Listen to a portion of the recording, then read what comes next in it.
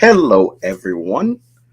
It's Monday, and you know where you are because Mondays suck. I'm Jack Bigadoo. I'm your host, and today we have a very exciting show. We'll talk about new things, we talk about old things.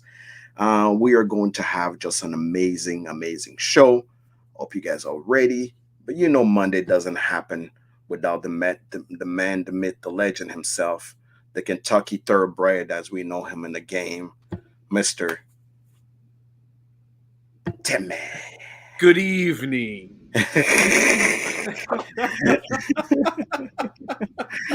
Any, there's never been a great person in the history that started any of his thing with "good evening." There's always there's always suspicious when someone go "good evening." You're like, Good who did you evening. kill? Who did you kill? What happened?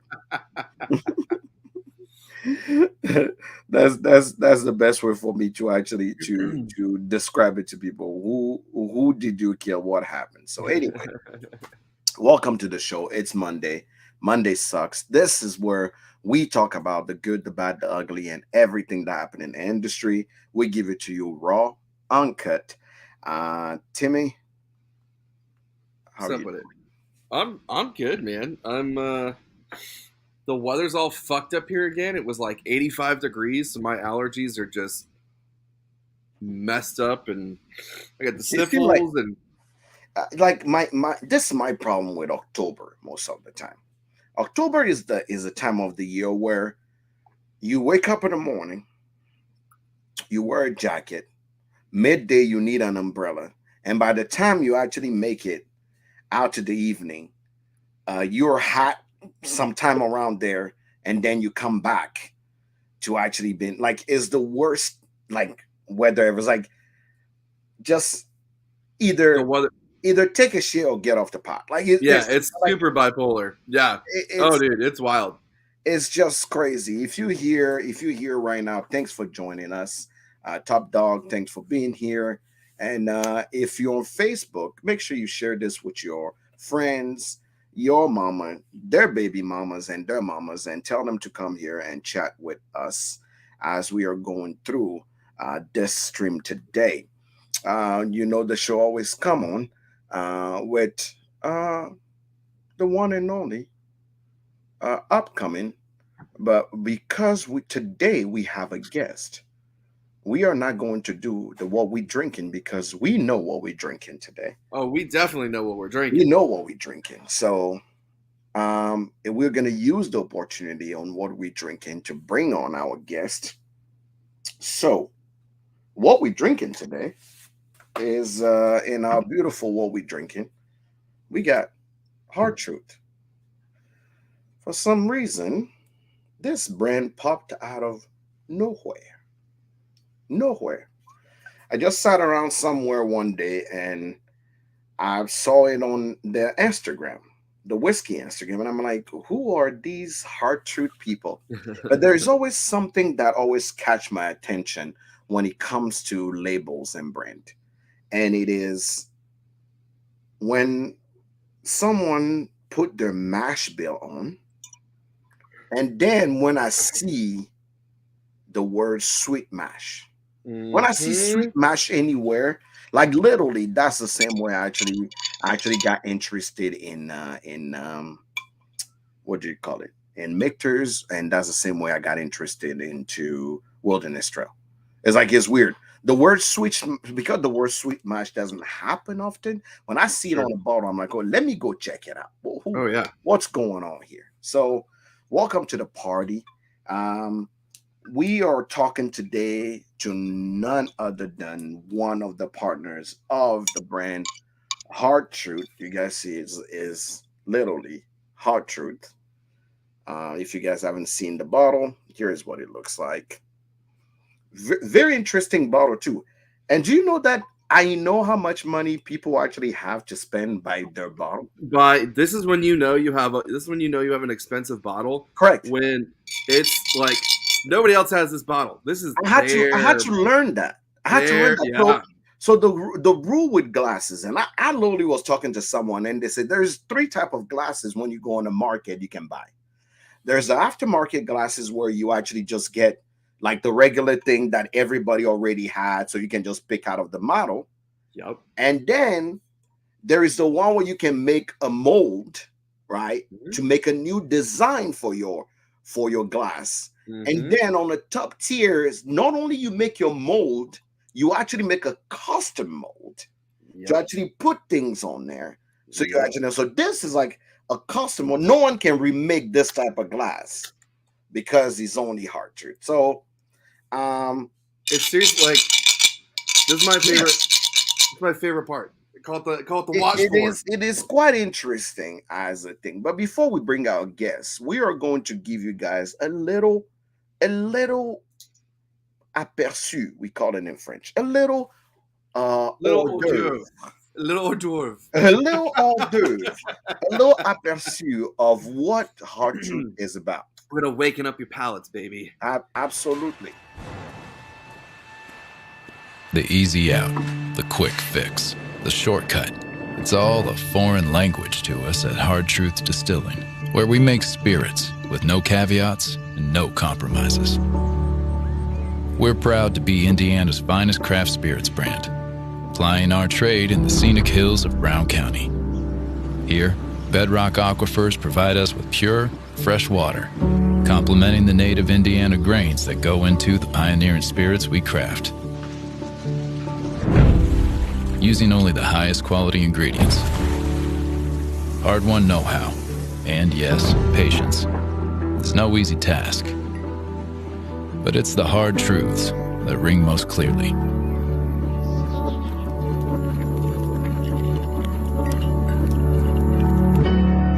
Hard Truth Distilling Company. I'm just going to come out and say it right now. What's that? If your introduction to your brand don't look like this, I'm no longer drinking your whiskey. If that video doesn't make you feel away, we're not friends anymore. We plain and simple are not. But without further ado, or should I say in French, without further adieu, let's bring in the Brian Smith, Mr. Hard Truth partner himself, Mr. Brian Smith. How's it going? What's going on, gentlemen? Thank you for having me on, brother. Thanks for being here, man. This is awesome. Yeah, I'm excited. It's you, the new kid on the block, and we love new kids on the block. When a new person is bringing in new spirit, new ways of doing things, like I watched that video probably 5 to 7 times because it was just, for me, it was just very interesting. And the fact that you're going a little more avant-garde and putting more thought into your video and want people to discover this land. Like, I can't wait to come visit just because of that video. I'm like, okay, that place just looked dope. But well, if you watch it enough times, I'm sure you're going to join my my coworkers and friends and busting my chops over how intensely I observed that corn over and over again. I mean, I wasn't going to bring it up, but you did. Now that you did. Yeah, it's a little creepy if you watch it enough. But welcome to the show. Guys. This is Monday Sucks, where we keep it real and we actually keep it uncut and hopefully unfinished in how we actually want the world to discover you as a brand. Thanks for joining us today. This is Monday Sucks. For those who don't know who you are, Brian, can you please introduce yourself? Sure. Yeah. Brian Smith, master distiller and partner at Hard Truth Distilling Company at Brown County, Indiana. We're about an hour and a half north of Louisville, hour south of Indianapolis, and about 30 minutes east of Bloomington, Indiana, where Indiana University is, if any of your folks are familiar with that. Do you know the only reason why I know Bloomington, Indiana? Yeah. Do you know the only reason why? What's that? Straight no chaser. Oh, yeah, sure. That's the only reason why I know Bloomington, Indiana, Indianapolis, Indiana University, because my favorite a cappella group all went to school at Straight No Chaser. Those guys are great, Indiana. Man. Yeah, those guys are great. Yeah, so we've got a big, beautiful piece of property in Brown County, about right across the road from Brown County State Park. 325 acres. Brown County and Little Nashville is where the Laurentide ice sheet stopped and pulled back. And so, if you've driven through Indiana, it's awfully flat, a lot of fields. But there's this one little section that goes from about Bloomington to Columbus, where we've got big hills and hollers, deep hardwood forests. It's just a beautiful, beautiful part of the country.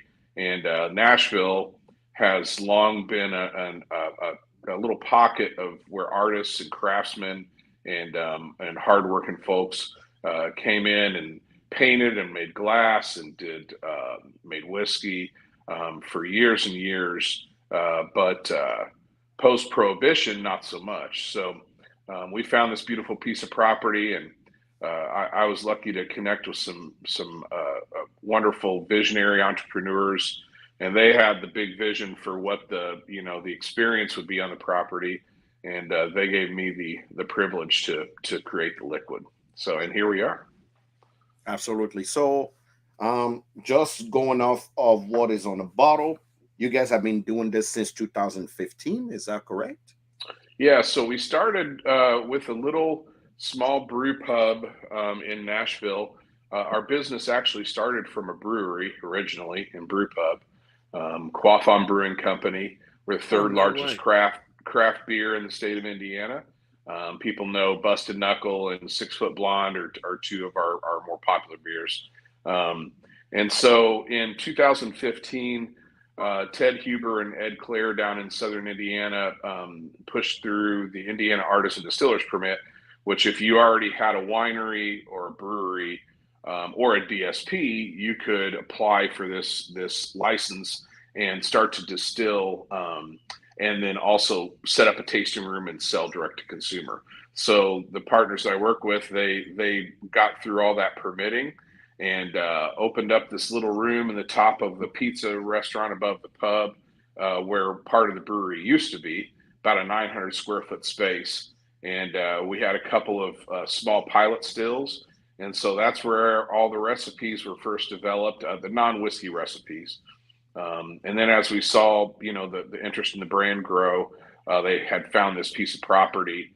And I spent about a year and a half back and forth from Kentucky, trying to figure out what we were going to be when we grew up, and met some great folks down there. And, as you all know, I'm sure, since you're in the business, there's a lot of camaraderie in the industry and a lot of very helpful folks. So, so I knew we wanted to be a sweet mash distillery. I knew we wanted to get a smaller column and from Vendome. And so we put the system together, and not only do we, are we making great whiskey there. So really we've been making whiskey on the new property since October of 2018.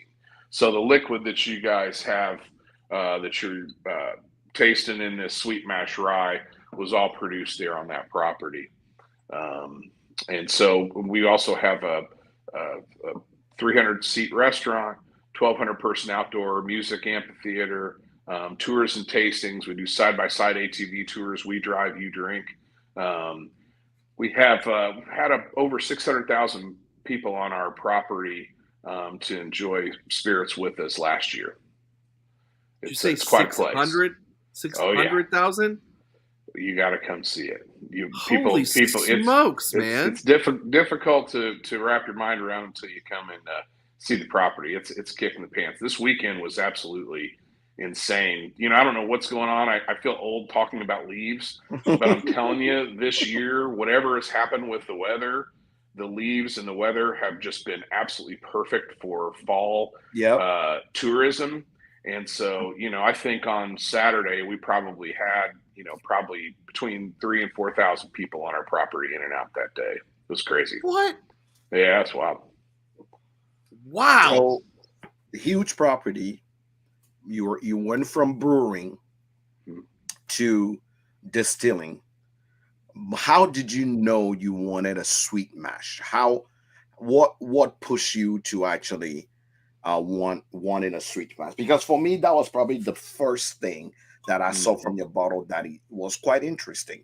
Now I can understand why you guys started with rye, but sweet mash, that's where really my curiosity picked in. Well, so before I'll tell you exactly why we specifically chose sweet mash, but my philosophy that I approach creating any kind of flavors, because I really this whole journey for me started with food. As a young kid, my grandmother, I was the only grandchild, and my grandmother was an incredible cook, and her mind was just brilliant as far as creating, shaping flavors with food. And so she spent a lot of time with me from 5 years old on, sitting me up on the counter, having me deconstruct some of her recipes, asking me what I needed to add and all this kind of thing. So, my philosophy with making food is, if I try something new, if I want to make a Japanese curry, right, and I taste it for the first time and I'm like, oh man, this is amazing. So I go back, and my process I go back, I do a lot of research, I do a lot of, R&D, and my goal is to come up with complexity and balance and offer to whoever I make it for the best version of whatever it is I'm trying to make. So, for me, it's I kind of have an unlimited amount of motivation to do that. So, going back to sweet mash, whenever we were doing our research, I was visiting all these distilleries in Kentucky, and someone who didn't have any product in the market yet, but that popped up on my radar was Wilderness Trail. Okay. And so I called Shane and Pat and went down there, and they met with me and talked to me about what they were doing, and showed me, talked to me about sweet mash and showed me their process. But then really the key moment was they took me into their rick house and drilled a barrel of 2.5-year-old rye whiskey. And it just absolutely blew my mind. And I knew right then and there that sweet mash was going to be a part of our part of Hard Truth. So as far as distilling, Am I still with you guys? Go ahead. Go ahead. You were saying something? That's weird. We're here. Can you hear me? Oh, good. Yes. You guys are frozen on me. Hold on. I'm going to reconnect. Okay.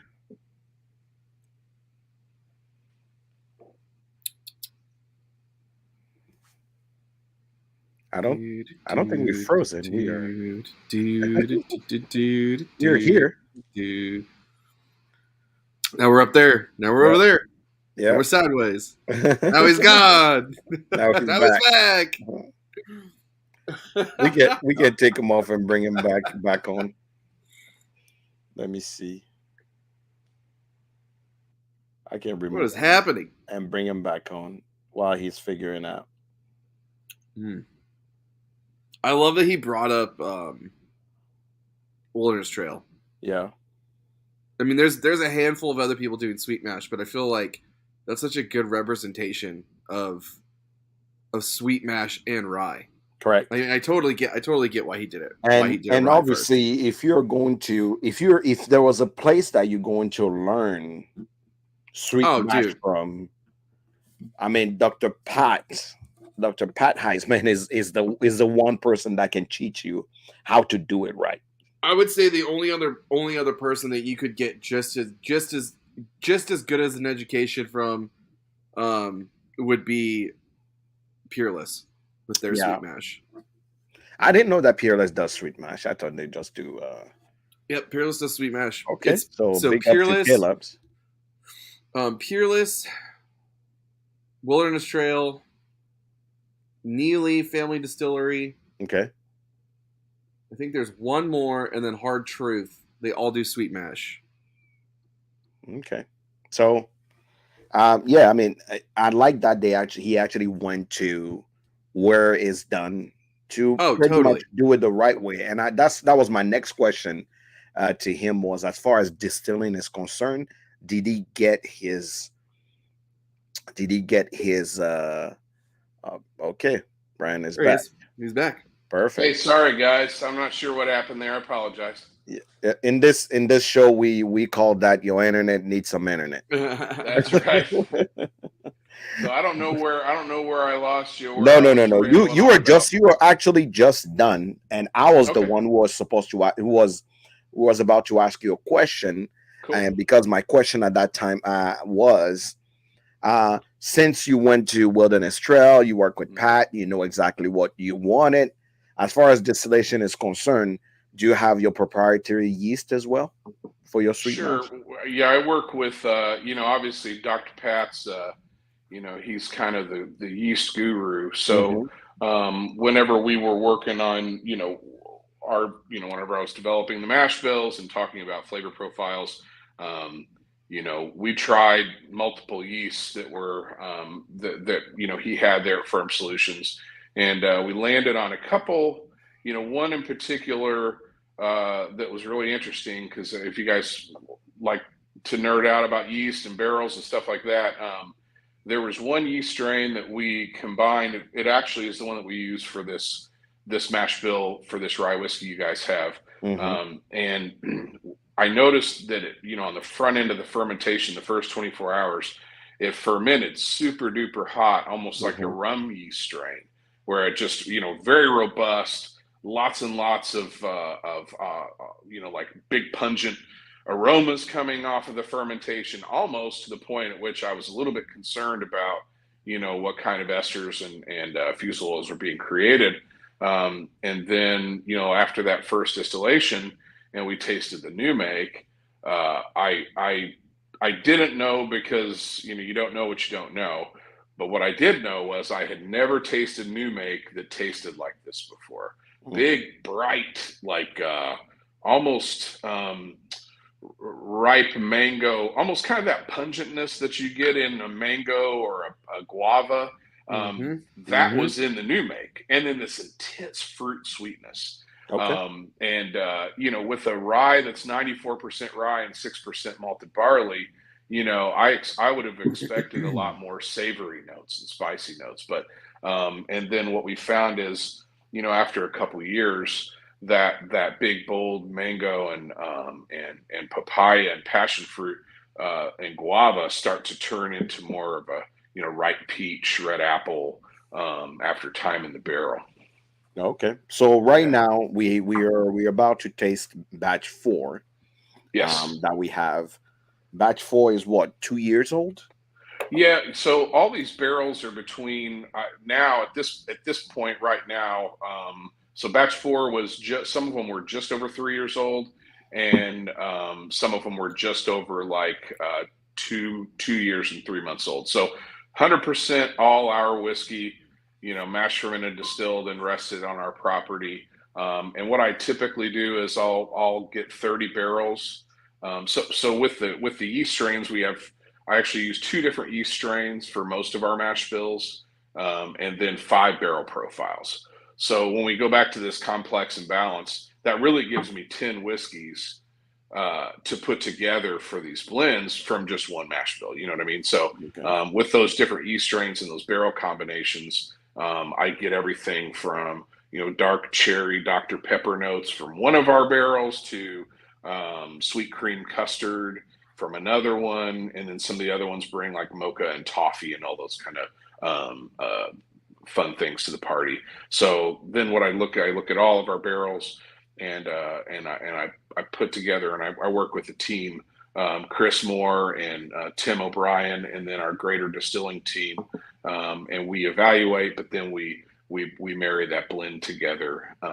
And what I like You is I guys don't don't ever have like like a anything to be master. too much of one thing. You guys don't Yeah. have like a master blender. You have more like a team that blends together. Right. Yeah. I mean, ultimately, it's ultimately, I trust, the three of us really know each other's language, and we're good checks and balances for one another. But we want the whiskey to always improve. But I want the DNA for each of the mash bills to remain pretty consistent. I don't want them to be like way over here on one batch and then way over here on the other batch. Sure. So we have a 95.5 rye. Is a 90, sweet mash. 95.5, right? We're 94.6. 94.6. 94.6. Because Okay. if I was 95.5 and from Indiana, would you guys believe that it was my whiskey? And no, you won't. You will not believe No, it. of course not. No You way. will not believe it. Right. So No. it's 94.6. Right. And is 117.5 proof. Uh, I will give it my honest review because since I've had this bottle, this is my first time officially having Hard Truth. I heard great things. Wendy reviewed it on our podcast. She was at the distillery, so she reviewed it on our podcast. She gave it really great reviews. Um, but first time. So far on the nose, you know what it takes me to? Hmm. Literally on the nose, it takes me to Christmas. Ah, Like the first thing I want right now, which I don't always want, is eggnog. It's creamy on the nose. It's like a little pungent, got a kick, but yet creamy immediately. so when I describe the spice for this particular mash bill, when because obviously with that much rye in it, you're going to get some of those spices. But it's funny that you say that, Jack, because I describe it as Christmas spice. That's what I always Mm-hmm. say. Mm-hmm. Holiday spice is what I Holiday get from them. holiday spice. I have some anise. I have some nutmeg on the note because as a rye, I'm expecting a little bit of those rye spices, a little Mm, kick.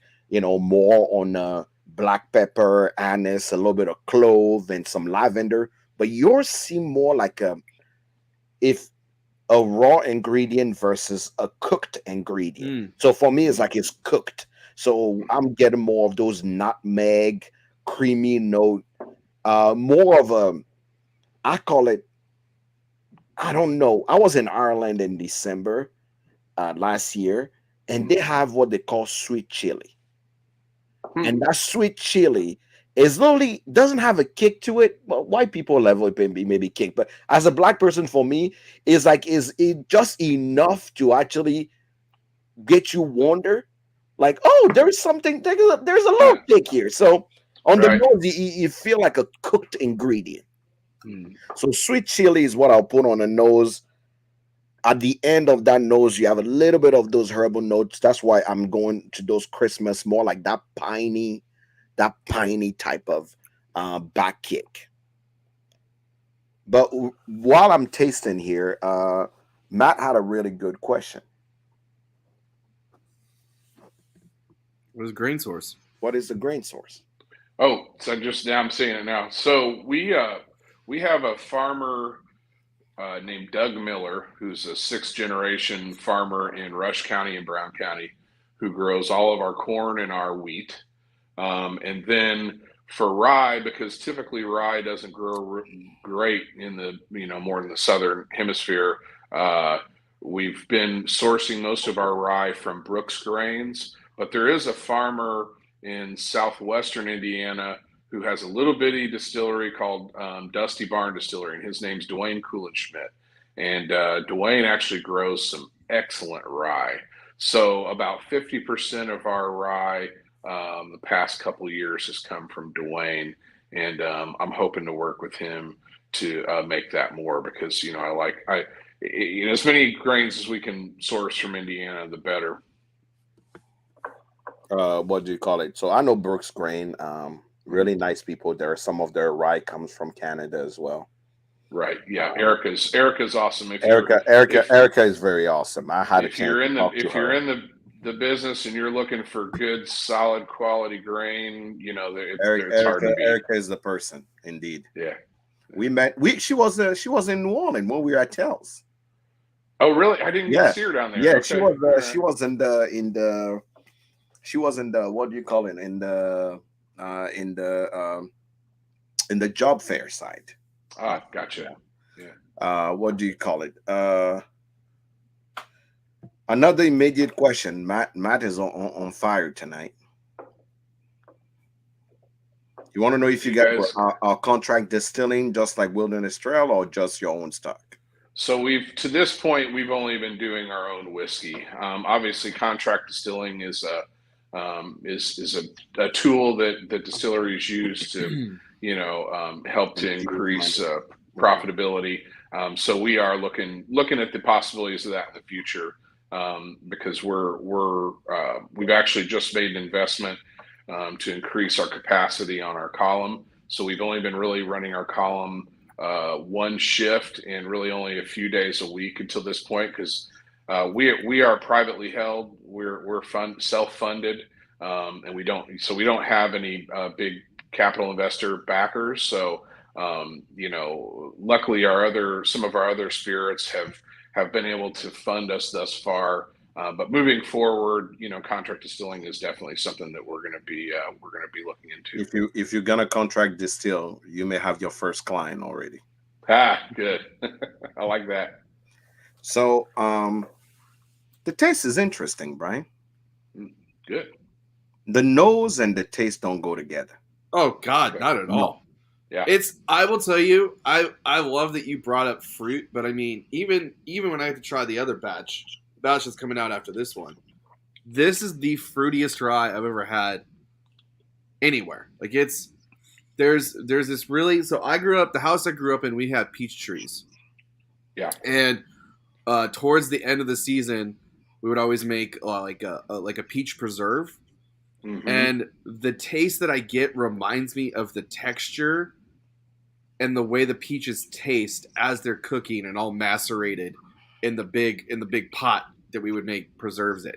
Like I love that. It's so peachy. Like it's so much peach. My friend Steve Coombs, bourbon writer, he was whenever I first took before we made our first release, and I brought some down and let a lot of my friends that I trust their palates taste it. Peach was the first note that he came out with, so for my palate and what I like as far as sweets, I'm not that into sweets or like chocolate or the ice cream, but I love fresh peaches. I love peach cobbler. I love just sliced peaches with some like gingerbread cookies crumbled up over top. So to discover peach in this whiskey, are we just gonna ignore the mid palate that is like a zing of like a burn? Like for someone who is very picky about their rye, this cannot be a summer rye. Like it's like Hard Truth, you guys are bamboozling people because the nose attracts you in to come in. Mm-hmm. The front palate is like, oh, peach, but no one is talking about this hot rye burn in the middle. That's my tongue is still like lowly tingling right now. From this. So now batch 4 is definitely that's at 117.5, and so you're definitely going to get some of that Szechuan pink peppercorn. That's what I'm saying. Like why no one is talking about this heat that is in the back right now? Everybody's just making this thing look like it's like 10 or 15% because my sweet spot usually when it comes to a good rye, I'm looking for that. I'm literally looking for that 10 to 15% wheat. Why? Because I like my rye chewy and less aggressive, more of the bready, yeasty note in the rye. But this is definitely a winter rye. Like the nose says summer, the front palate says summer.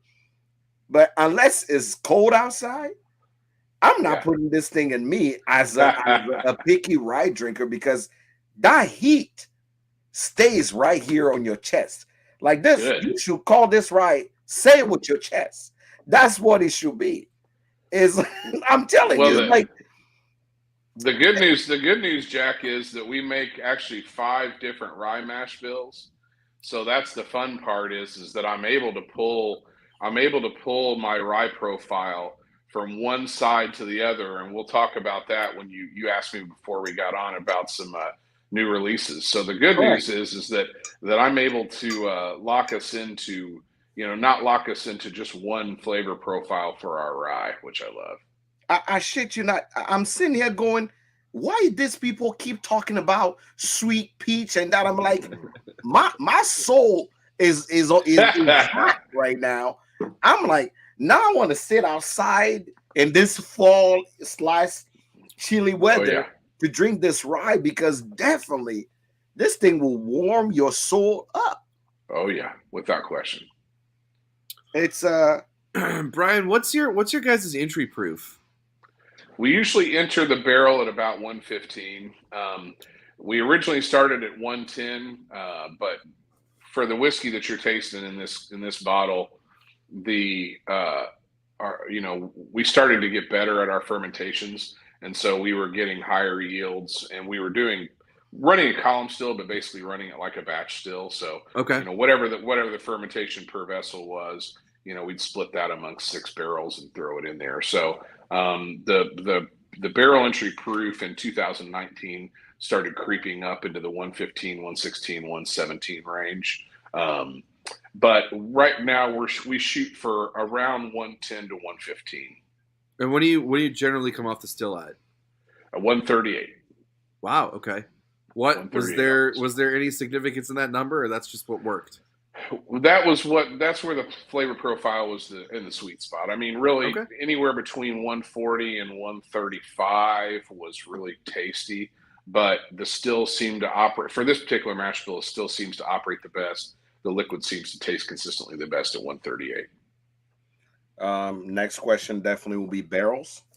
What chars are your barrels? Yeah, so we at the very beginning, again, I think that just like with any business or any successful venture, relationships are what not only make it fun, but are what make you successful. And I'm really happy that some of the people I met along the way, and some of those folks are Chad Spalding and Andrew Weebrink at Independent Stave. Okay. I got to know them right from the get, and went to their research lab and spent a lot of time with Andrew. And you want to talk about somebody that can nerd out about flavor Dude, profiles and how to create guy's whiskey. crazy. He's That guy, awesome. I could listen to him talk for just hours about barrels and chars. Oh yeah. Yeah. Oh man, Well, he's so fantastic. he and I got tangled up and spent a couple afternoons just in his lab, tasting through some experiments that he had, looking at some of his white papers.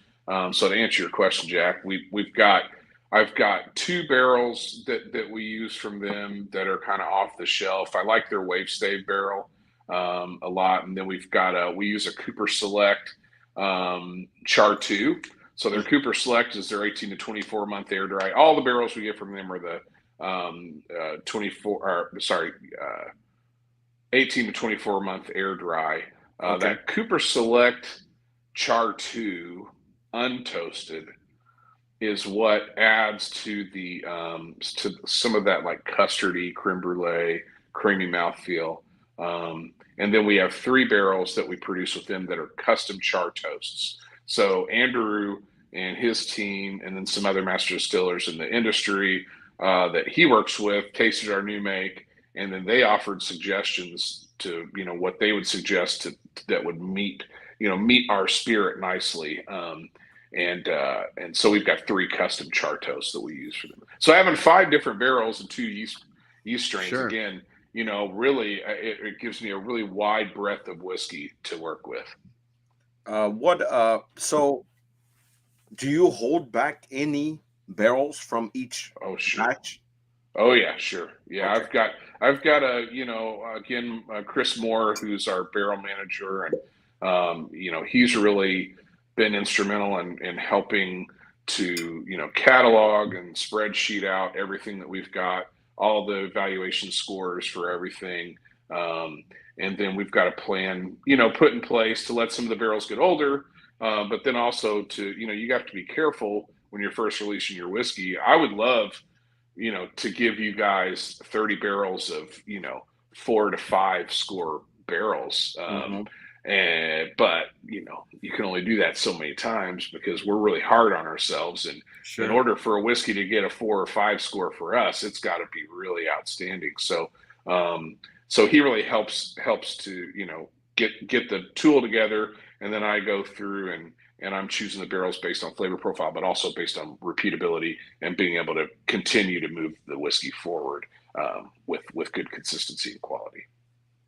So speaking of products, since we went through maturations, you guys obviously started with rye because that's obviously the quickest thing to actually put out there. For sure. Is there an expectation of bourbon coming? Oh yeah. So we've got 5 different bourbon mash bills we're laying down as well. Nice. And so we're making them all at the same time. And we'll be really excited to get that bourbon out. And my partners hit me up again 2 weeks ago. They said, is 2023 the year? And I said, well, we'll see, We'll see. but the thing about bourbon now is that, you can't even release a great bourbon for your first bourbon. It has to be outstanding, Oh, yeah. because the category is so crowded with delicious whiskey, that, and really You consumers better bring your A game. Yeah, and I would love for for me to think that consumers would, give more value to, real damn people doing the real damn thing on a real piece of the earth with real grains and stills. But the truth of the matter is that, there have been great brands that have been released in the last 3 to 5 years that are non-distilling producers that people are crazy about, and that's fine. The market is what the market is, but so if I'm going to compete with, these blenders that are putting together, 7 to 12 year old incredible bourbon whiskeys and putting them on the market, on the shelf at a fair price, you got to come out banging from your first I would say one thing, and this is completely and strictly out of love, is if you're going to sling some rye for the next 3 years, just keep doing that. Yeah. But when it comes to a bourbon, take your time. Oh yeah. Take your time, because I'm seeing too many brands in the industry making major mistakes because of finances or whatnot.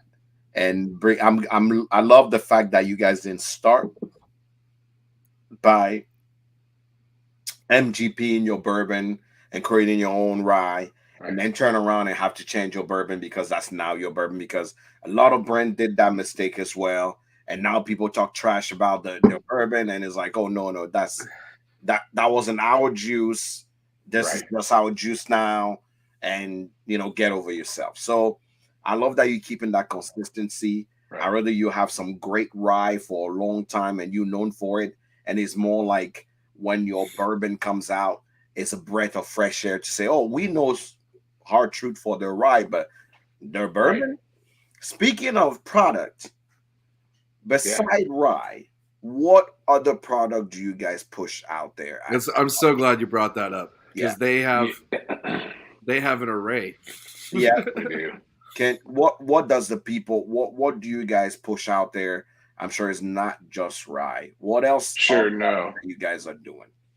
Yeah, so we're in 20 states right now, and we're looking to add, to fold in the rest of the United States in the next 2 years to our distribution our distribution space. But in every market, our number one selling SKU is our toasted coconut rum. Okay. It is absolutely it crushes it everywhere it goes. God, and that toasted coconut rum is stupid. Like, oh, thanks, man. So Brian, you introduce yourself to me, and I say, send me your best so I can try it. Yeah. I did not see that in your best. Yeah. Well, so you didn't want to send me your best. You just sent me your average. It's a whiskey show. Is that what we do it? Yeah, no, I'm not going to. Here's the thing: is I don't release anything unless it's the best to me, the best version of that thing to me. Okay. So if you want me to send you my best, I'll send you all of them. We've actually got right now. When I ask you to send me your best, to know what you're about, when I met you in person, this is not even by email. I met you in person. Yeah. This is not you. You didn't mention anything about coconut rum. I'm just hearing this the first time today. Well, so it's funny because we did a lot of talking about the fact. Oh yeah, there we go. We got some. No. Don't bring that out. Don't bring that out. Let me hear everything that he has, because apparently he has stuff that we don't know about. So I know about all of it. We have over 26 SKUs in the market right now. So I've got toasted coconut rum cream, maple bourbon cream. Okay. We've got a new holiday bourbon cream that we just released, peanut brittle bourbon cream that's delicious. Okay. We do the toasted coconut rum was inspired by my grandmother taught me how to make coconut cream pie.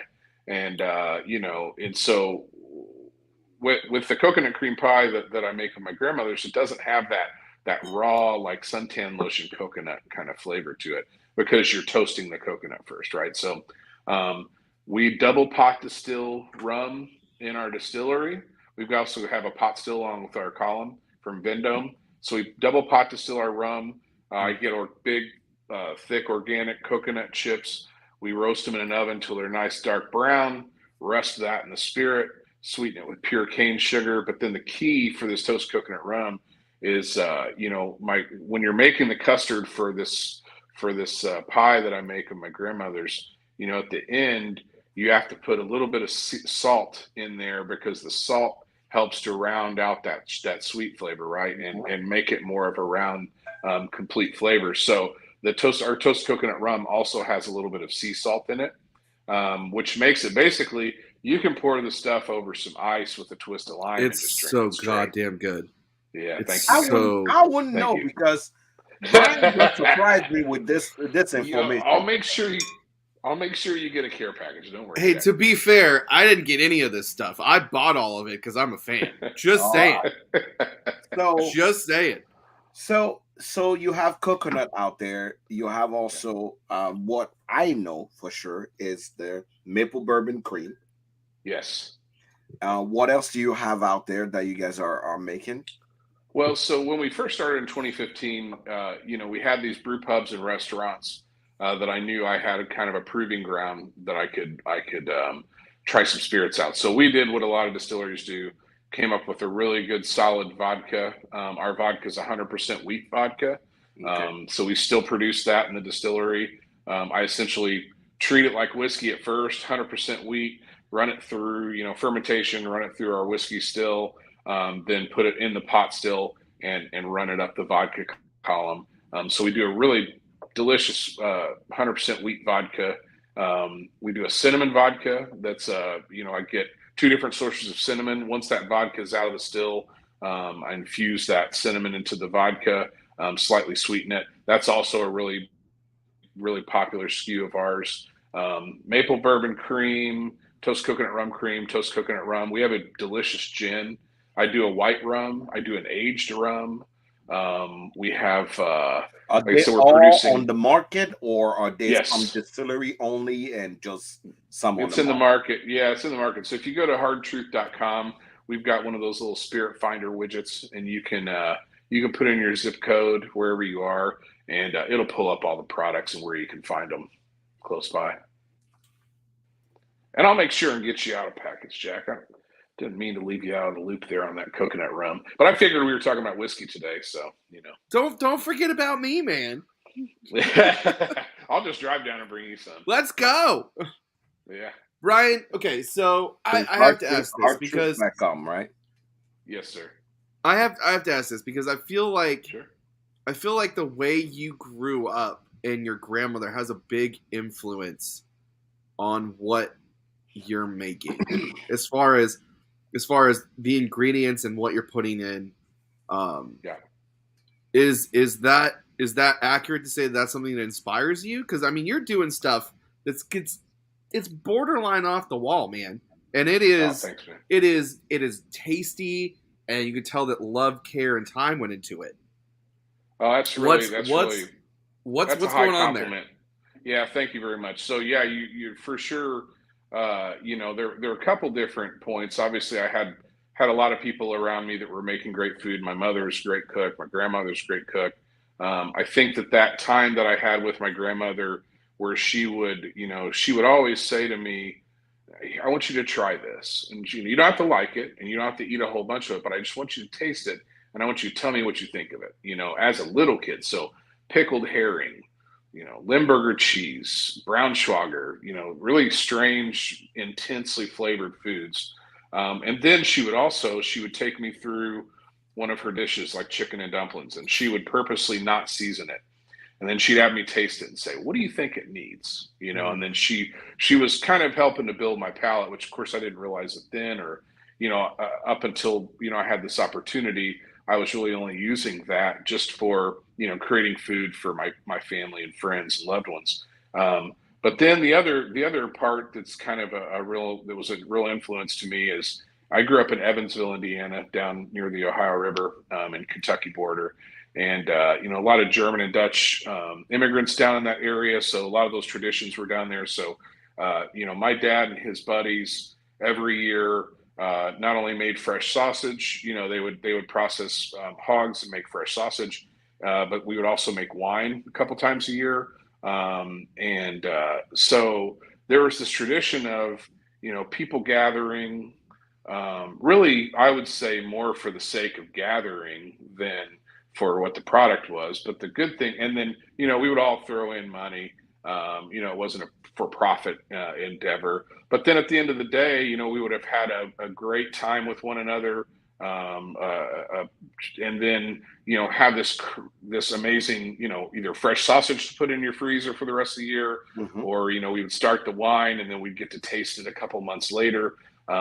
So that learning about fermentation and learning about how to craft things, learning about how that you can take these old recipes and things that were passed down orally, from person to person or generation to generation, and put your own twist on them or do them just a little bit different, but still honor that, was something that really stuck with me. Then when I got to college, of course, I brewed beer.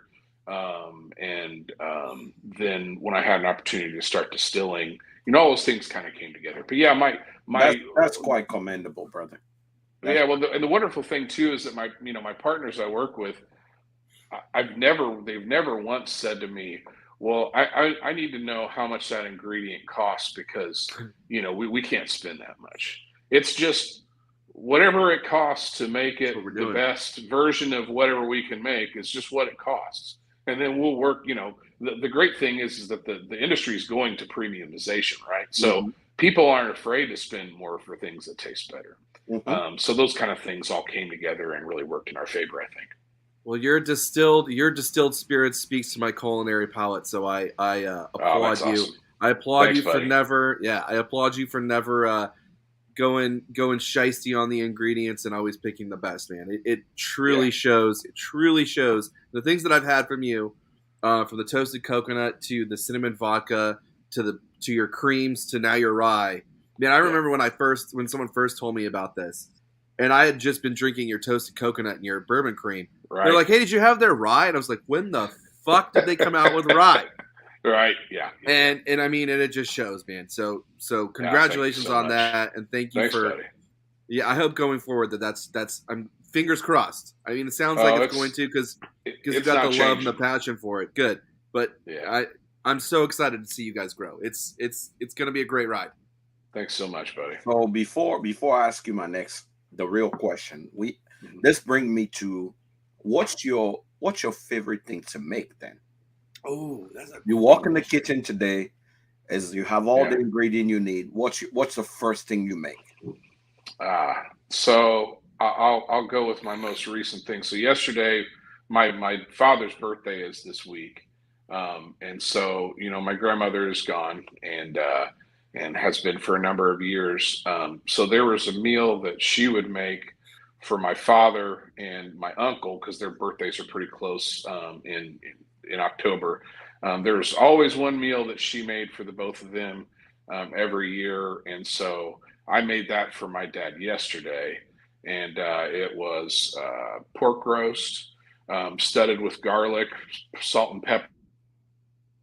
Really simple. You just cook the pork shoulder, but you just cook it really pretty hot, about 400 degrees, but you cook it long enough to where it gets nice and tender and juicy, but the top is like crisp, beautiful, black pepper and salt encrusted cracklings, and then spiced stewed apples, Napa slaw with cider vinegar, bacon, black pepper dressing.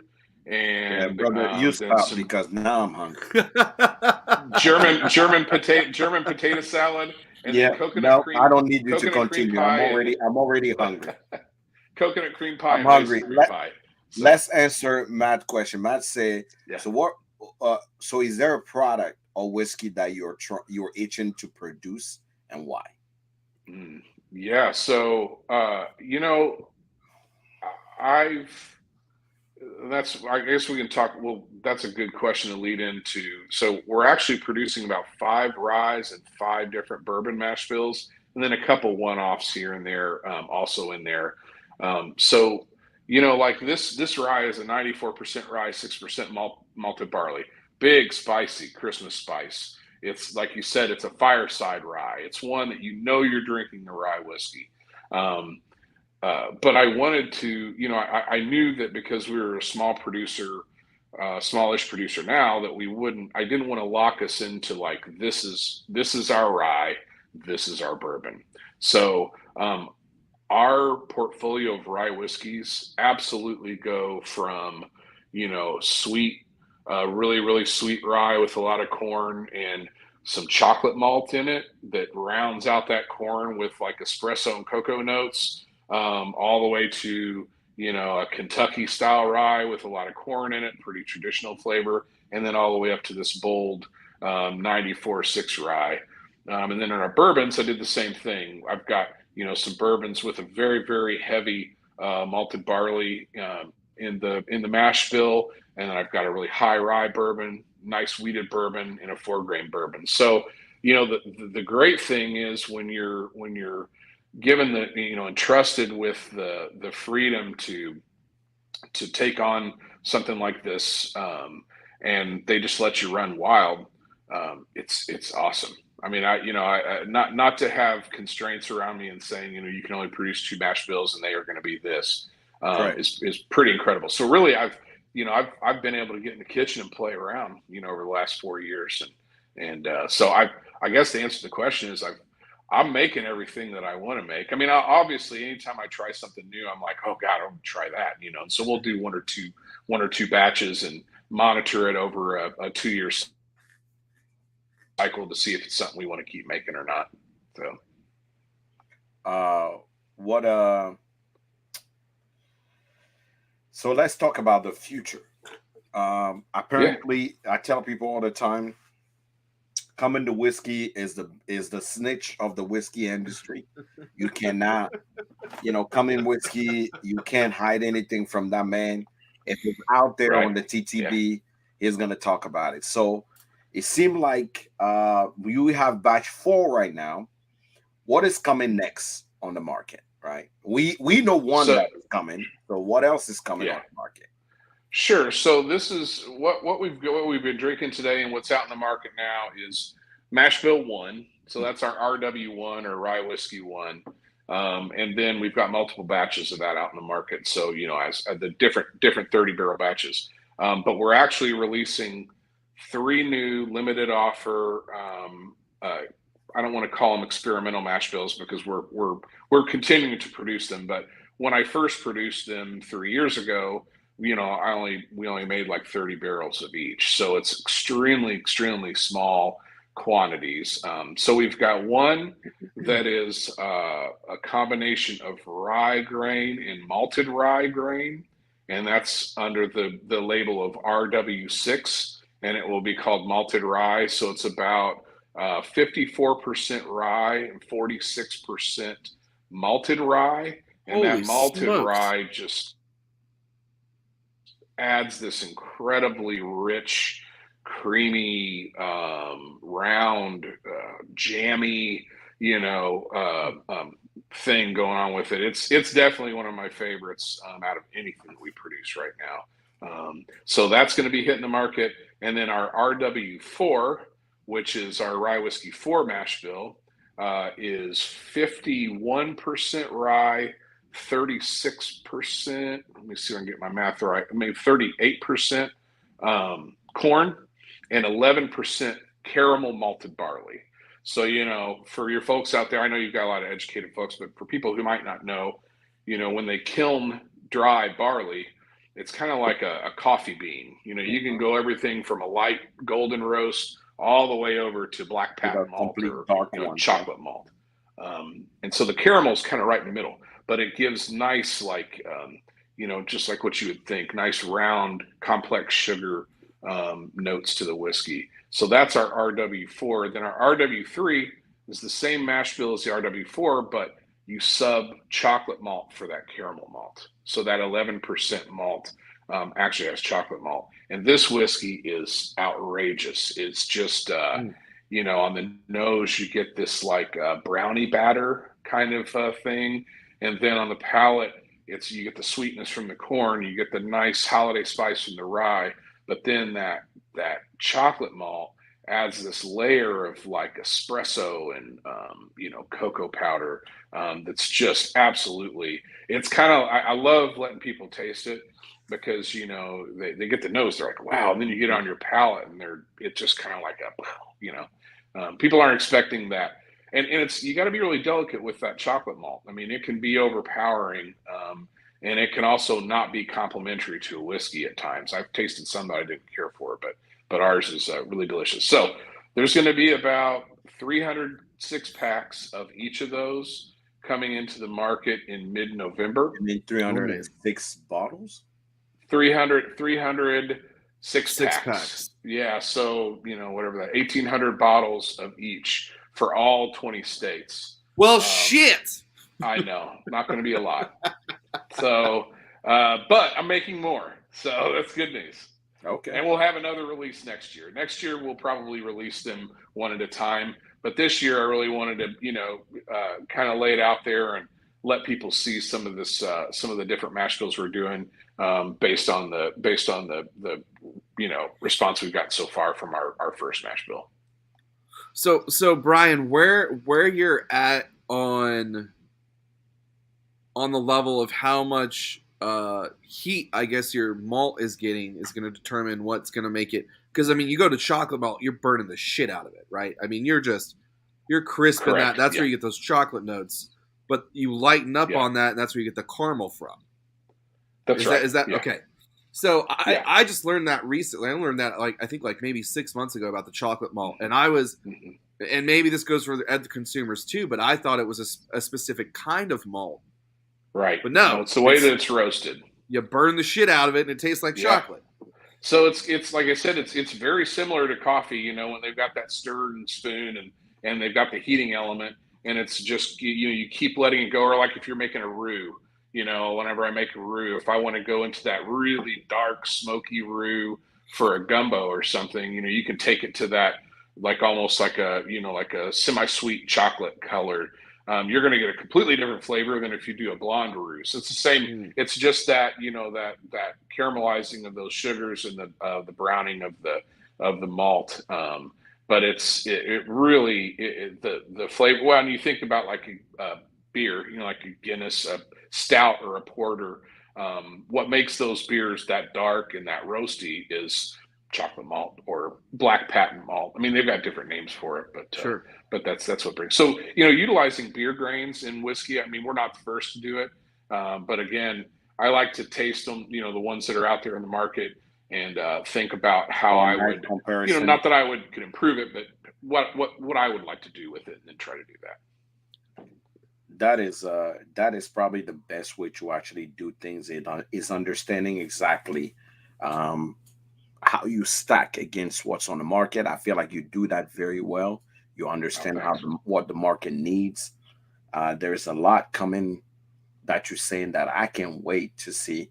I don't know. There's something about what you do. Apparently, that's what I'll say. You make the cook and everybody actually smile. You make everybody actually feel like no one actually think of whiskey as food. I tell people all the time the whiskey is food, right? It's a food product. Oh yeah. So I cannot wait to see what's coming. I can't wait to visit. I'm planning it right now to stop in and spend some time with you there and see exactly what's happening out there on that territory. But I will tell you this: it's I know if one thing I know for sure is that you cannot come onto the property without leaving with an impression, leaving an impression on you. That it's a very, very special place. The attention to detail and the love and the vision I mean, I've got these guys I work with are just such visionaries, and our team, we've got it really is, about the people, because, you can have a beautiful place, you can have great equipment, but if you don't have people who care about what they're doing every day, you're not gonna give a good experience, and you're not gonna create a good product. And I will tell you that when you walk onto our property, from the people taking care of the grounds, to our distillers, to our blenders, to our cellarmen, to our warehouse guys and gals, all the men and women that work on our property are so passionate about what they do, and they believe in what they do, and they work hard. And we create an environment in the distillery where everyone has an ability to shine, and to make their stamp on it, because I get to be the one that comes out and talks on things like this, but I'm nothing without them. They're the ones that are really doing the hard work, and I like to make sure that people see it. So when you come out, that's one of the things. You'll see all the beautiful stuff, and you'll do all the fun things, but you're going to meet a lot of people, and you're going to see a lot of people doing the damn thing, and doing it well. Absolutely. That you said it better than anybody who have put it so far. But before we let you go, for those who are just joining right now, we are talking to Brian Smith from Hard Truth Distillery. You cannot come on Monday Sucks and not give us an advice that does not suck.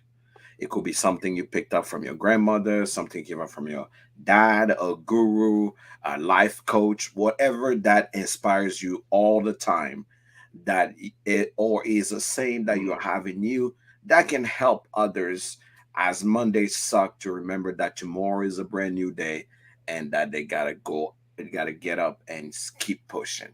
So this is our run of advice that does not suck. What you got from us? If you have something that you believe in, you must be relentless. God damn it, man. Ooh. Ooh. Period. I like the that. word the word relentless is used. I will tell you that the folks that I work with, we use the word relentless 24 times a week at least. There's no other way to do it. Why is that not on the bottle? Yeah, if you have something you believe in, you Relentless. have to be relentless. So Yes. that's the advice today that does not suck. Damn, man. Before Right to the core. Before we let you go, there's one question. Somebody want to know. Tim Boudreau want to know if your bourbon that you're laying down will be also a sweet mash. Yes, all of our whiskeys are sweet mash. Absolutely. You asked at the very top of the show, you ask about why we decided to go sweet mash, and I will tell you that and when you come to visit, we'll go in and we'll poke some barrels, and you can taste. There is a DNA, there's a fingerprint, there is a flavor profile that is in every one of our mash bills, from our bourbons all the way through our ryes. That is hard truth, and it speaks to sweet mash and what sweet mash can be. Wilderness Trail, Kentucky Peerless, some of the ones that are out there doing sweet mash, they're also in Kentucky, so they don't need to really talk about sweet mash much, because they're Kentucky bourbon, right? But I will tell you that we are embracing the sweet mash, method and practice, and we're pushing the envelope, and we're constantly trying to make it better and better. And when you get Hard Truth stamp on the whiskey world, the word sweet mash are going to be right at the top of that stamp. Got it. So for all of you guys that are here, this was Brian Smith. Do me a favor, go on Instagram. Make sure you follow Hard Truth on Instagram, and go on a website. You can. They're not in my state yet, but they are in Kentucky, and they are in 26 states. You said 21 right now. 21 state that they're in. Go see if they're available in your state. I believe you're doing something that requires the attention. If you listen to the Thanks, Truth man. is Barrel Proof, Wendy got a chance to actually work on the distillery and tried it. I just tried batch 4. I can't wait for batch 5 and the chocolate malt to come out to Oh really yeah. see exactly what are the things that are happening out there. I cannot wait to actually have to see more of the things that you're creating. I want to thank you sincerely for coming and spending our Monday with us. This is what we do every Monday. We're here. We just brought you a hard truth. You guys know Brian now. And if you're planning on going to Indiana, discover some stuff. You may want to stop at their distillery Definitely. to make it a visit. Thank you so much for having me on, man. I feel honored. No, Thank you. absolutely. I have this feeling that you are going to be the cool kid, and before you become the real cool kid, we want to make sure we will say that you are here first. So that's one of Well, the reasons why I wanted to make sure I chat with you, and making sure that we actually have a good time. Uh, that's awesome. but I can't wait to have you again. What I remind everybody is that if you are on our show, you're not part of our family, and you can come here anytime. So anytime you have something to talk about, you're more than welcome to actually come in and chat about it. Um, Thank you so much for coming, and we Thanks, appreciate you guys. being here. And yeah, we'll talk to you later. And yeah, make sure you check out Hard Truth. It's not Brian. Is what do you call it? It's not Brian. It's his whole team, like he mentioned. Yeah. There's a Hard Truth team, and their place is definitely a place to visit. So if you're in Indiana and you haven't been there yet, make sure you send them an email and say, hey, we want to come and visit, and we want to come and experience what you have there. Brian, thank you for coming, and we appreciate you being here. We'll see you next time. Cheers, Thanks, brother. gentlemen. Peace. Cheers. That was a Man, good one. man, I am on this weird like whiskey roller coaster right now, and it's like nothing but great emotions in the best way. Hmm. I was already a fan of this brand. Like, Mhm. I am so stoked that we got to actually have him on the show. Um, when he was in Justin's like 3 weeks or a month ago, or whenever it was, and he talked about this, and I was like, yeah, man, that's cool. Like, I like you. I like your whiskey, rad. And then getting to sit down and talk to him, this guy's fucking unreal. Like, He's definitely what I call an artist, and you need that when it comes to people that make a product. It's like you have to have that creator mind, and I yeah, think I like the fact that he has that creator mind. So he's for the equivalent of somebody in the industry who hasn't been hurt by the industry and is correct, still pure and raw and uncut, and he's like, everything's fucking great, and I hope everything stays that way for him. correct, But he's not jaded at all, and I fucking love every single bit of it. Like, it just gives me hope for the future. absolutely, absolutely. So for all of you guys that's still here, we have about another 15 minutes. Let's see what we got here. We let's get into some whiskey news. Um, do we have any whiskey news coming in? Did Buffalo Trace ever tell us that if they're bringing us anything? So till today, Bro, we're I'll still tell in you. the petition of knowing if Buffalo Trace is ever going to reveal anything. I'll tell On you the market. again. I got some more pings about it, and it is once again. I can't confirm like I could last time, guys. Like, remember I said last year, I said there's gonna be no stag. We already in right now. We already in October. What the hell did we do to you, Buffalo Trace? For I don't you know. not We to should have tell already us? known. We should have known by now. Yeah, Like, no one is it's telling us anything. For all of you guys that are here, I did review the Art Bag Hypernova today. Tell me good things. It's Ah, shit. Damn it. I would say go watch it because I don't know. Man, what a bummer! Yeah, the Outback Hypernova for me is more like an I don't know. That's what they end up being. Is I don't know. Ah, shit. All right. So for some people, it will be a great thing, but for other people, I don't know if it will be something great. Um, Other product coming on the market. If you guys never paid attention, keep in mind that High West, for some reason, is creating things on the market, but also especially for the distillery. So what they did is the midwinter night drams are coming out. What they call their Act 10 just came out, but they came out with the Encore, and for the distillery they came up with the Applause. So just like what it is the Encore and the Applause. So I have a theory. Yeah. Okay. I have a theory. And I could be completely fucking wrong on this, but I have a theory. So this series is based off of an actual play. Correct.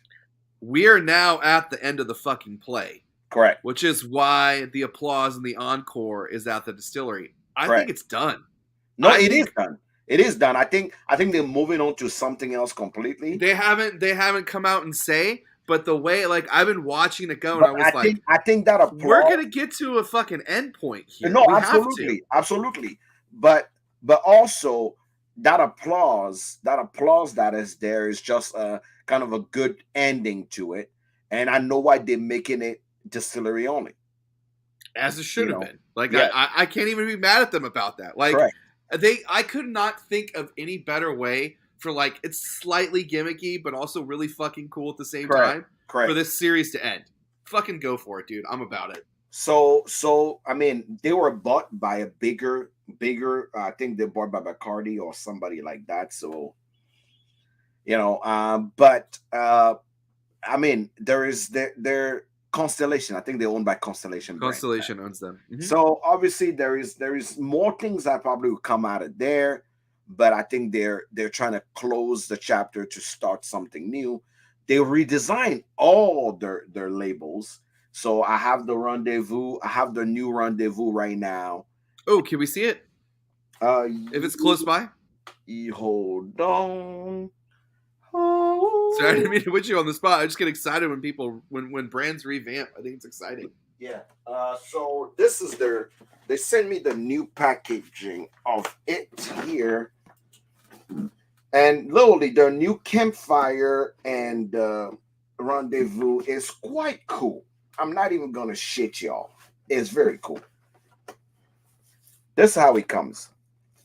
Oh fuck. We're literally a Campfire light. The new design label here. So you okay. Oh wow, that's nice. Their bitters and their t-shirt. So that's how the package comes. Check that out. One of the biggest, for me, the best PR package I've received thus far is quite impressive. Like it's like literally they're telling you go outside and put this beacon light on, and put this barrel chip on, and have a glass and drink our shit. So it's kind of cool. So they did change their label for in the for whiskey news purposes. They did change their label. So when you're looking at that right now, it's pretty interesting things that are coming out. As far as new whiskey coming out, Coming Whiskey is a place where I see kind of new things coming out, but this is supposed to be bourbon season, but for some reason, I don't see it. The new EH Taylor did not drop yet. Buffalo Trace is literally locking right now. I have not seen. Apparently, the new what is that? We talked shit about it last week. What do you call it? Master Keeps is not on the market yet. No, but it is in Kentucky because I saw it on TikTok. It's out in Kentucky. I don't know if anybody else. I saw the Heart of Indiana and a few things, some FGP things that are coming out. We already talked about Penelope that is dropping the Valencia. Something else I'm sure is coming out of Penelope. I think Penelope is also maybe going into the wine game. Ooh. I cannot confirm nor deny, but based on what I saw on the Instagram, yes, Bourbon Dropout. Thank you for bringing that up. Redwood Empire. If you've been around 2 years ago in 2019, Oh my fuck. Redwood Empire came up with their 12-year, Oh, 3 kind of Redwood Empire that was aged in a, and obviously this is California distillery that was aged in a Pinot, that was one aged in a port, and not aged in a cab. They are dropping the 15-year-old one, 15-year-old. That I don't know if you'll be, but there'll be Castron 15-year-old. I don't know if there's gonna be also they call it what something pine, but so they have haystack. They're haystack. they have bonded versions that just came out. Yeah, Batch those 2 two of bonded their versions have been on the market for some time. yeah, but batch 2 just came out, and if you haven't had their bonded, it's fucking incredible. It's So I'm excited for them. See what's coming up next. so this look as so it's called Lila and Kennedy Rose Barrel Shed Wine. So that's what Penelope is gonna jump into. But guess what? These are things that are out. I feel like a lot of distilleries are lacking right now. They're not giving us a lot to work with, and I'm bothered. I'm bothered. Yeah, I don't. Or somebody said they just grabbed that one. So is it out on the market already? Bourbon Dropout. Wow, I didn't know is out on the market, but glad to know that. Beside that, I don't think do we have I don't have anything this year for this time for You Done Fucked Up. Do we have anything for You Done Fucked Up? I ain't got nothing. I mean, I could just sit here and go on a rant at Wild Turkey again and be pissed off at him. But Oh other yeah, than that, no, Wild Turkey is out here just messing with the people, but we are not going to talk about that now because I don't think they are, they're newsworthy right now. So no, I mean, I don't got anything. I don't got anything. I will I'm gonna give you something. Ardbeg. Are we still on this Ardbeg train? Let's go. Let's go. Ardbeg made it in the You Done Fucked Up bucket this week. Again? Ardbeg, You Done Fucked Up. Again? Ardbeg, how do you release, okay, your committee release whiskey, and not only there's something about transparency that I have an issue with, right? I understand that when it comes to single malt, a lot of people will go in the route of single malt is done and blended, but let's take the PDS whiskey or speediest single malt on Isla. That is Octomore. Octomore release their Octomores every year. Now, contrarily to now we have to actually stack and say Ardbeg is a pioneer when it comes to releasing good whiskey, from Ardbeg Black to the Scorch to the Supernova to Ugadal, and that they do amazing things. But I have a feeling somewhere around there, they got lost in their ability to release things. Because when I taste the Supernova, or when I went and tasted Supernova, there's 2 things that came to mind: rushed and dishonest. That's how I felt. Wow. Okay. Those are because the supernovas have been coming out every year since 2010, mind you. We are now in 2022.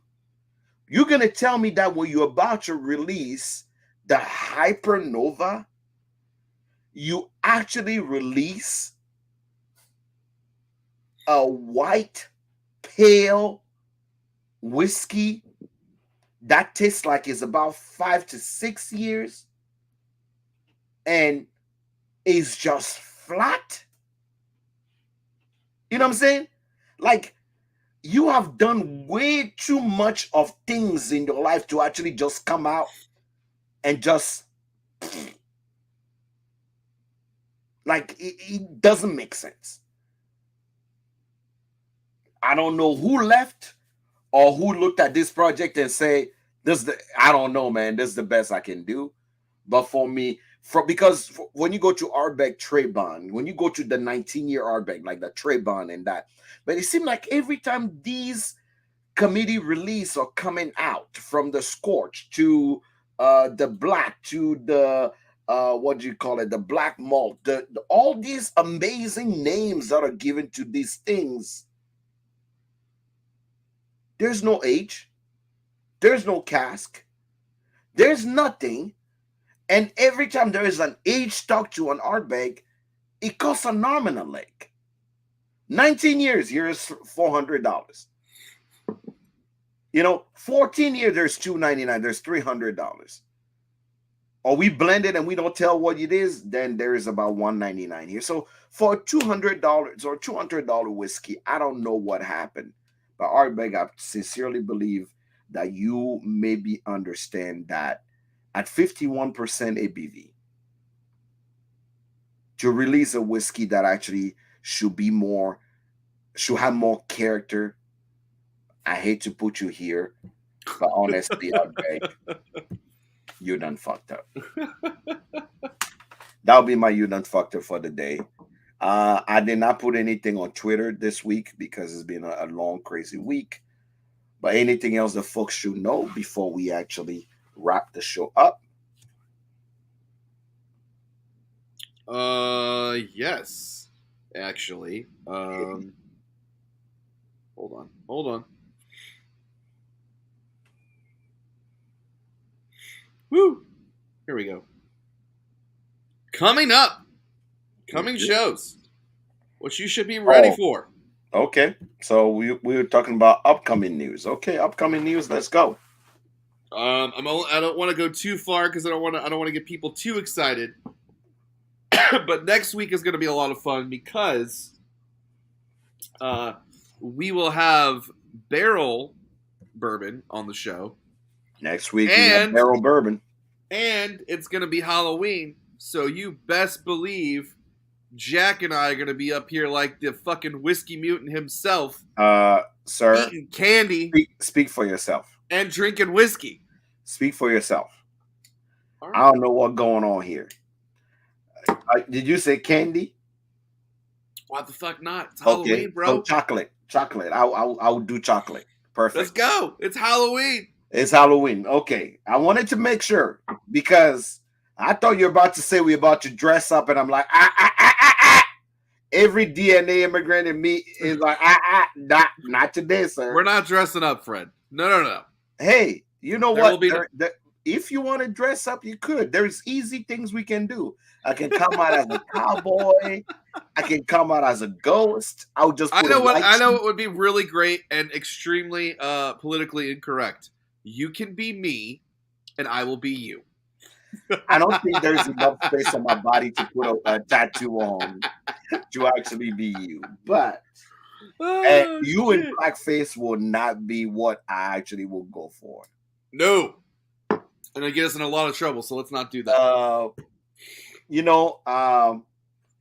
We both are Harry Potter fans, so we can always be in Harry Potter gears with our sweater and our tie and Jack Bigadoo, the boy who came. Yeah, I'll be like the boy who died. I will be Linguardum Leviosa. Oh fuck. Linguardum Leviosa. So I'll be throwing a lot of spells that day, but yes. We have that show. After that show, we have about 2 or 3 distilleries we're bringing on. Oh, dude, we're packed. We are. I will tell you this. We're almost. I'm still working on a few things, but we're almost booked till the end of the year. Correct.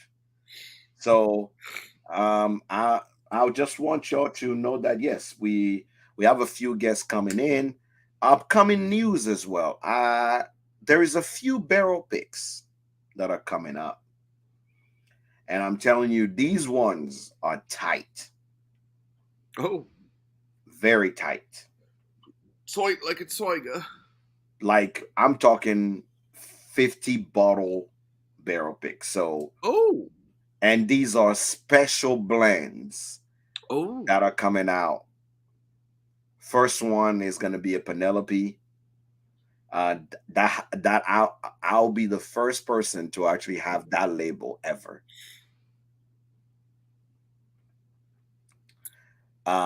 Then Wilderness Trail, which is going to be an amazing one.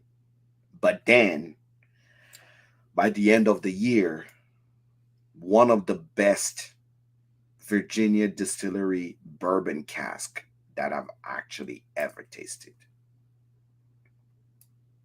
This is not a poncho cask like I did the last time. This is going to be a bourbon cask. okay. It's fucking fantastic. So these are things that are coming up. So if you're not, there's only two people that'll get first access. You either a Patreon of mine or you're a subscriber on my YouTube, on my Instagram, for you to have access to this because they're so limited. Those two release, the Virginia Distillery and the Penelope, are gonna be gone so fast. The Wilderness Trail is what we're gonna open to most people. It's about 220 bottles of that Nice. out there. But Nice.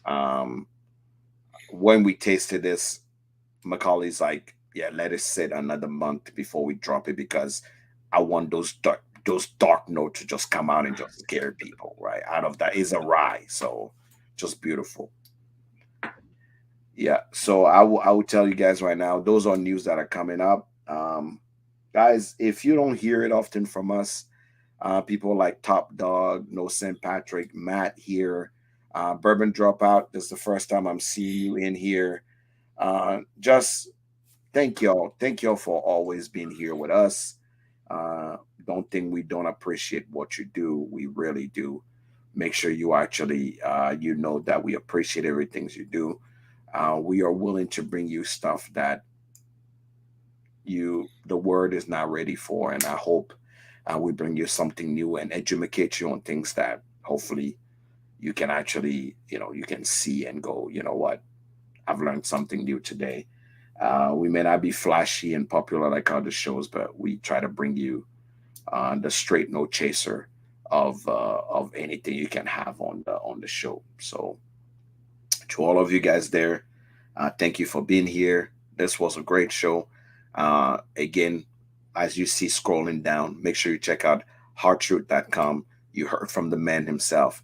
Keep an eye on that brand. I don't say this often, Seriously. but keep an eye on that brand. Yeah, no joke. An That's eye it's on that brand. gonna blow up. Whatever Brian and his team are doing out there, keep an eye on that brand. I have a feeling.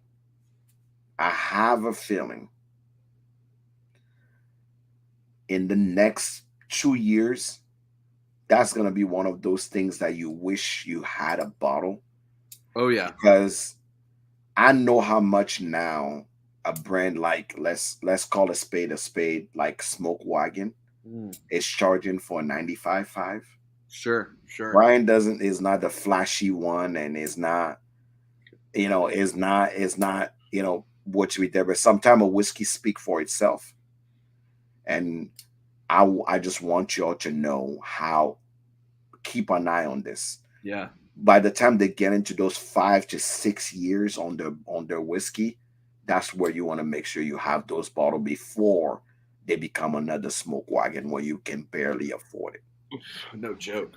So thank you all so much for being here. We appreciate you being here. I'm gonna close the show by playing one more time what their distillery is about. The easy out, the quick fix, the shortcut.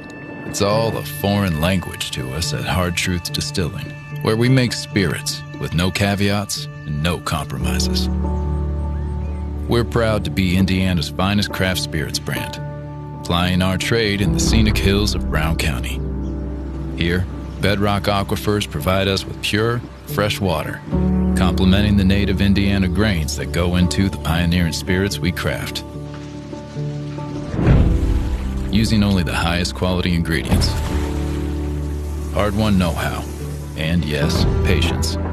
It's no easy task.